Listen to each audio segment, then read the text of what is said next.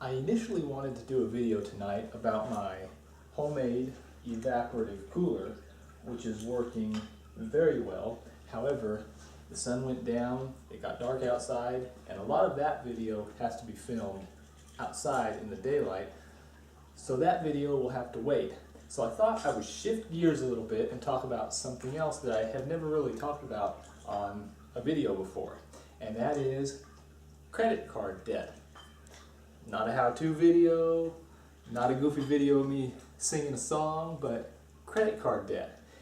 And I want to talk about how it's both bad for you and how it is also simultaneously something that both the government and big businesses want you to have. So it's bad for you, however, the government and big businesses both want you to carry credit card debt.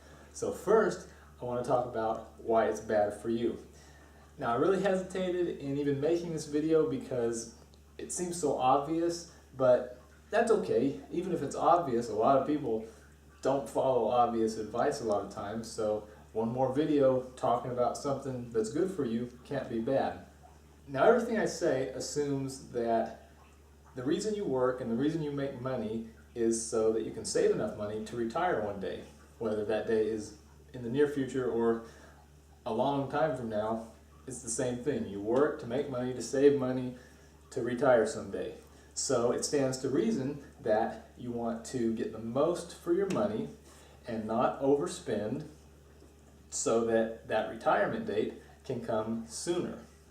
Credit cards are bad for a couple of reasons.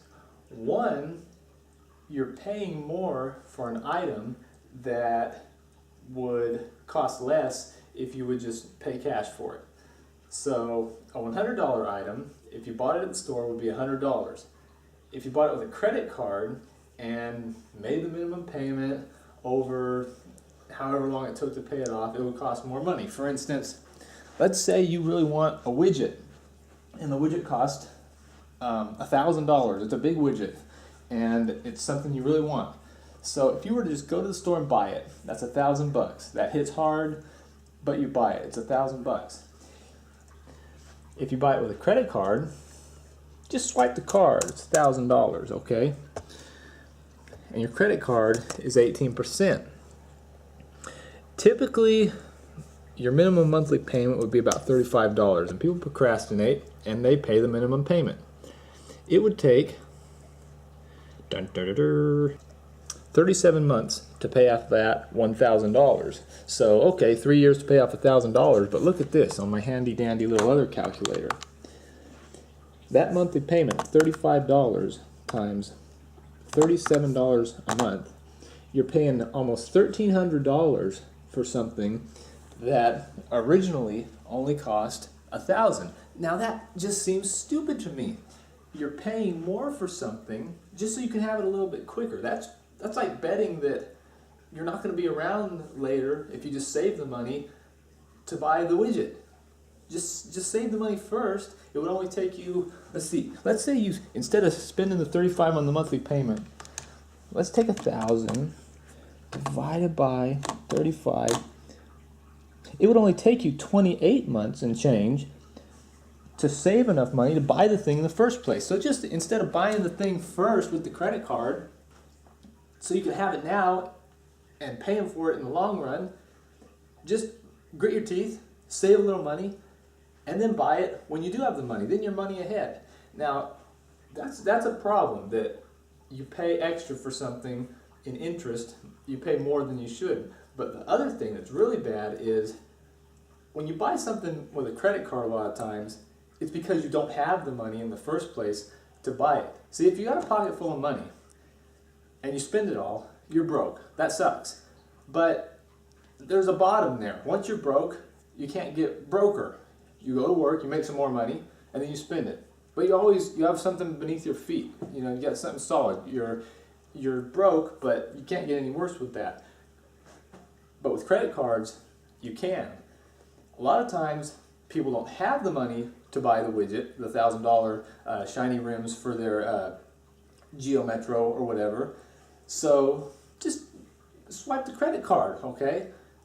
Pay the monthly pay the monthly fee and you have your thing now, that's extremely bad, because then you're living a lifestyle that you really can't afford.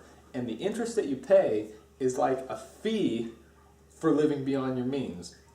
So eventually it will catch up with you, because you're only making so much money a month. And if you don't have enough money to buy the widget in the first place, don't count on things getting better, because a lot of times they won't. And then you're still saddled with that debt if a catastrophe does happen. So that's another reason not to use a credit card ever, to carry credit card debt. Now, to use the credit card and pay it off every month, that's different. A lot of people do that, get the cash back, rewards. I've heard that people in the business call those people deadbeats. The deadbeats are the ones that pay off every month. The bankers in Delaware, they snicker at that. But don't give in to the pressure of buying something just so you can have it now, even though you really can't afford it, because eventually your credit will be maxed out and all the money that you bring in every month will just be going to these payments, and then you're just a slave. You're just working for everybody except yourself. You're working for your job, you're making your employer money, then you take that check, give it to the credit card and all these other bills, and then you give them money, and then what are you? You're just a work machine, and that's no way to be. So those are a couple reasons that you really shouldn't have a credit card.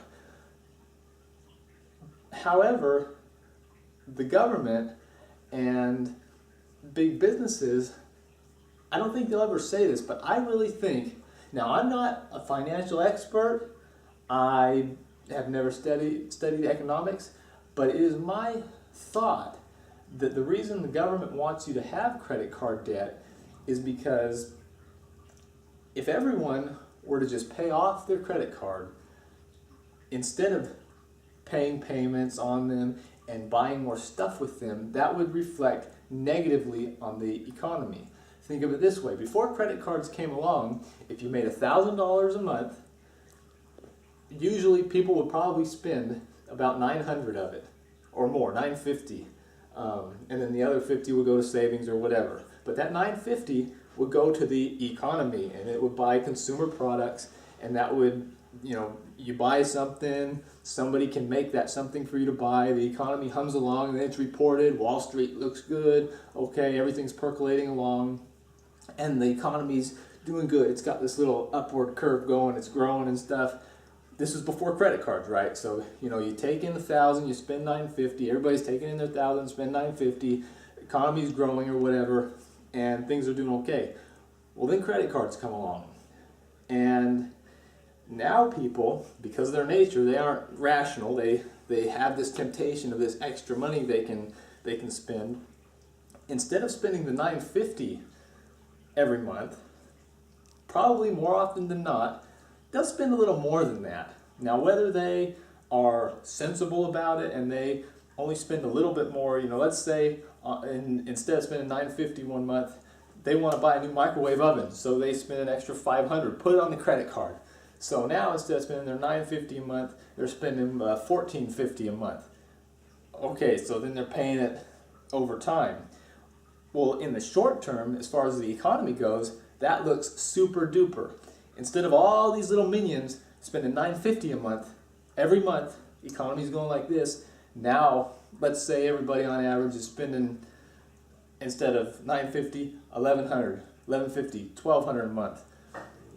Here goes the economy. Chug, chug, chug, chug, chug. People are buying crap. People are buying stuff left and right because they got the credit card. Swoop! There's no more counting out $100 bills. There's no more counting change. There's swipe the card, buy the stuff, worry about it later. So in the short term, the economy's chugging. Everybody looks good. Wall Street looks good. Chug, chug, chug, uphill, uphill. Popping champagne in the Wall Street offices, board meetings, flow chart, presentation. Everything is super duper duper. Well, then all of a sudden, eventually, things start to catch up with these people. Credit cards are maxed out. Instead of putting $50 away, remember I said they made $1,000, spend $950, put $50 away.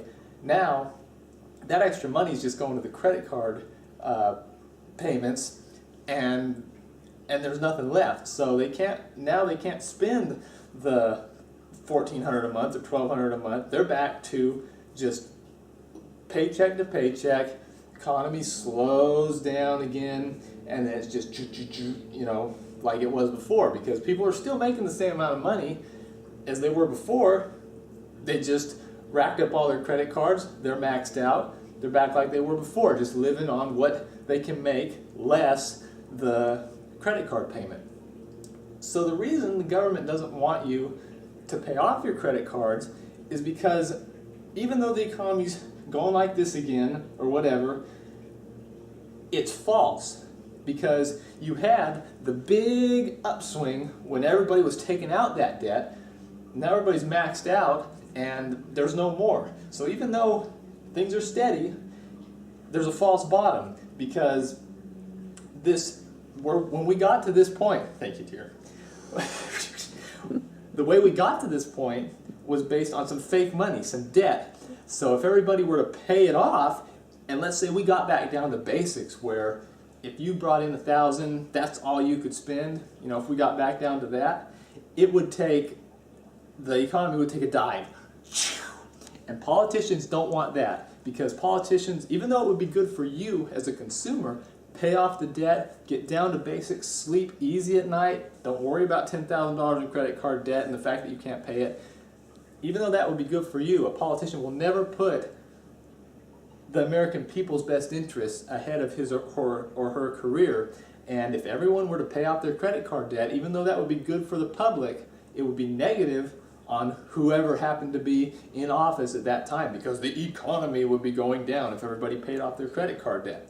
So that is my non-professional, evening reflection on why the government wants you to have the credit card debt. You'll notice they always talk about managing your credit card debt and making wise decisions to limit your credit card debt. They don't want you to get rid of it, even though it's good for you. Now, the reason businesses are kind of in cahoots with the government and want the same thing, that you keep and create more credit card debt, it's kind of the same reason, because back when you initially got that debt, things were going good. That company that made doohickeys that you were buying felt a major rise in sales. Things were good, things were humming along, and now it's evened out again. So if you were to pay off all that credit card debt, you wouldn't be buying your widgets anymore. You wouldn't be buying your doohickeys, whatchamacallits, and profits would go down, earnings per share would go down, and things would look bleak for a while until things evened out and things got back to where they should be in the first place, which is people living within their means. So that, in my opinion, is why the government and corporations, big business, even small business, want you to have some credit card debt. Create some more, because if you create credit card debt, that is immediate money in the pockets of manufacturers, services, restaurants, government coffers, because every time you buy something, it's taxed, so Uncle Sam gets some more.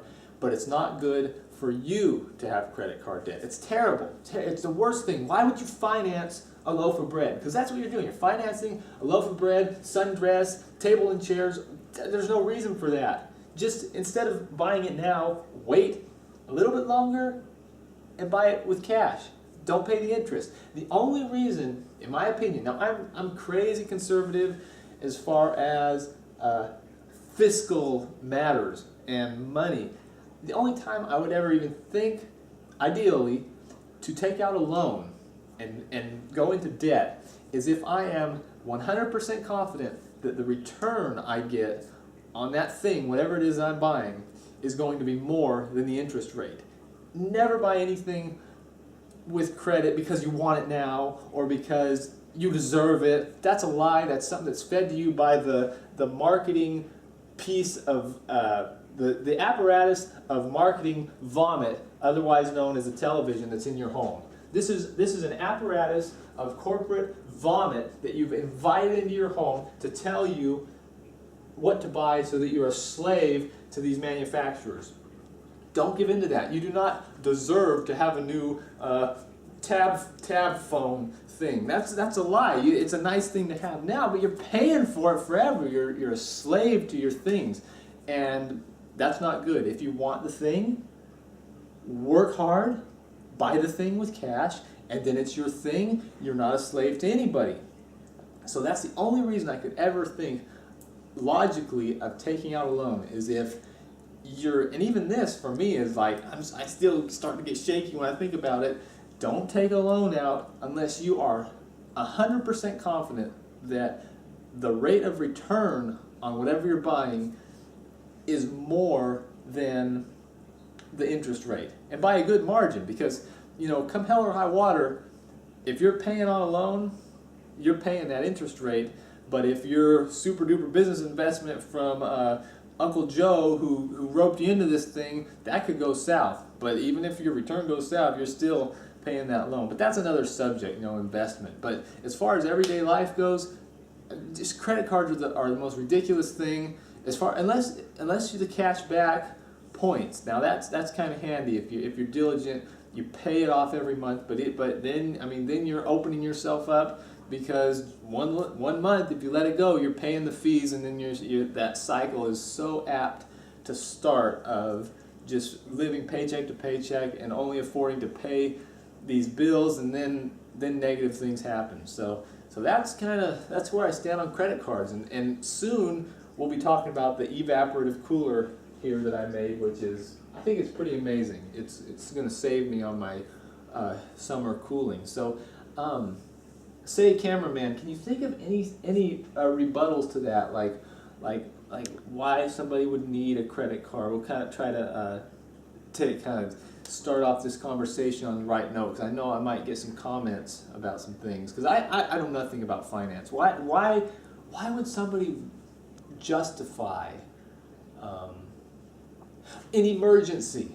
I said it, not the cameraman. Say that. Say, what about an emergency?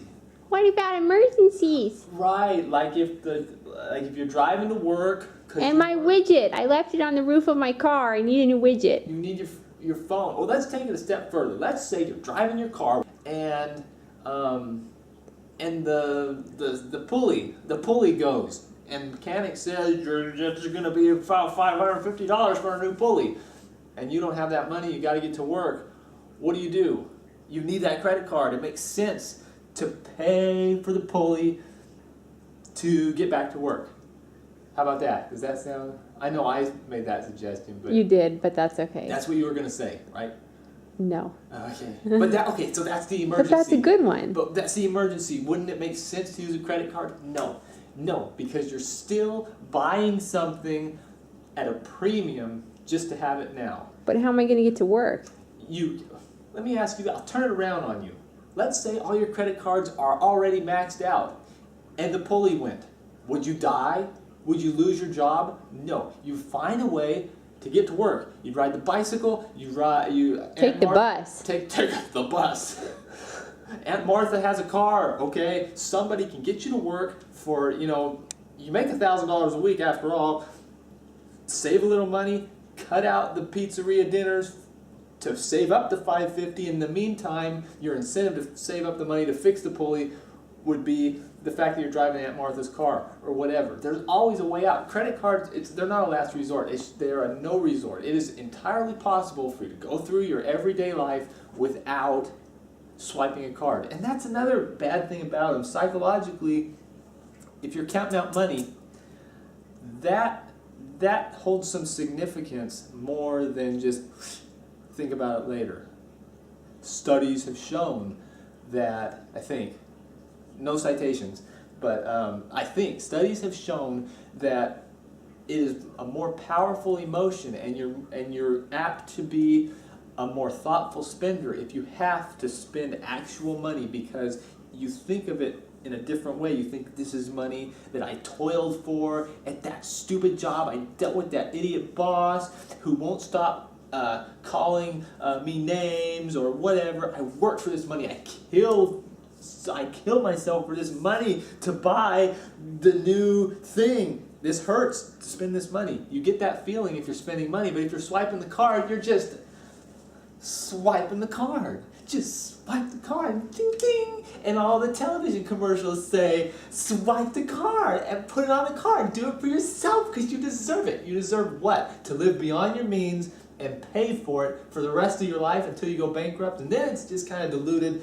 to the whole economy because you go bankrupt and you know your life is in shambles. But you know the only people that lost out in that situation was the bank who held the debt in the first place, and that's all publicly traded companies, so it's diluted throughout Wall Street or whatever. But then they'll get a bailout anyway, so it's still, you know, it's saddled, you know, throughout the whole American public. And then you pay for it in inflation because the government prints more money. But that's beyond the scope of this discussion. So just don't use credit cards. Can you think of any other reason why you would use a credit card? Even the cash back reason is not a real reason. It's such a minuscule amount, you know, 1% cash back. But the downside is if you just slip one time and the check doesn't get in the mail at just the right time, boom, fee, jack up the interest rate, you're screwed. So that's not even, I don't think that's even a real good reason to use a credit card. There's no good reason. But I've brainwashed you, cameraman, so you're not a good party to ask. Oh, you're nodding and yeah, okay, gotcha. So nothing else.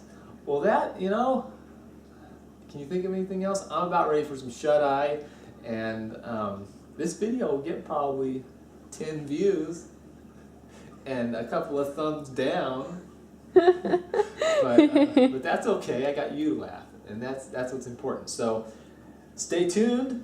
I'll talk about my evaporative cooler, and hey, if everything goes smoothly, I mean, I have a lot of gibberish to talk about finance because it's one of those things I think about. Finance, religion, Politics. I think about it all, but you know, you want to stay middle of the road as much as I can. Except with finance, do not stay middle of the road. If you see everybody doing something, don't do it. Bad idea. Don't do what idiots on the television are doing. Bad idea.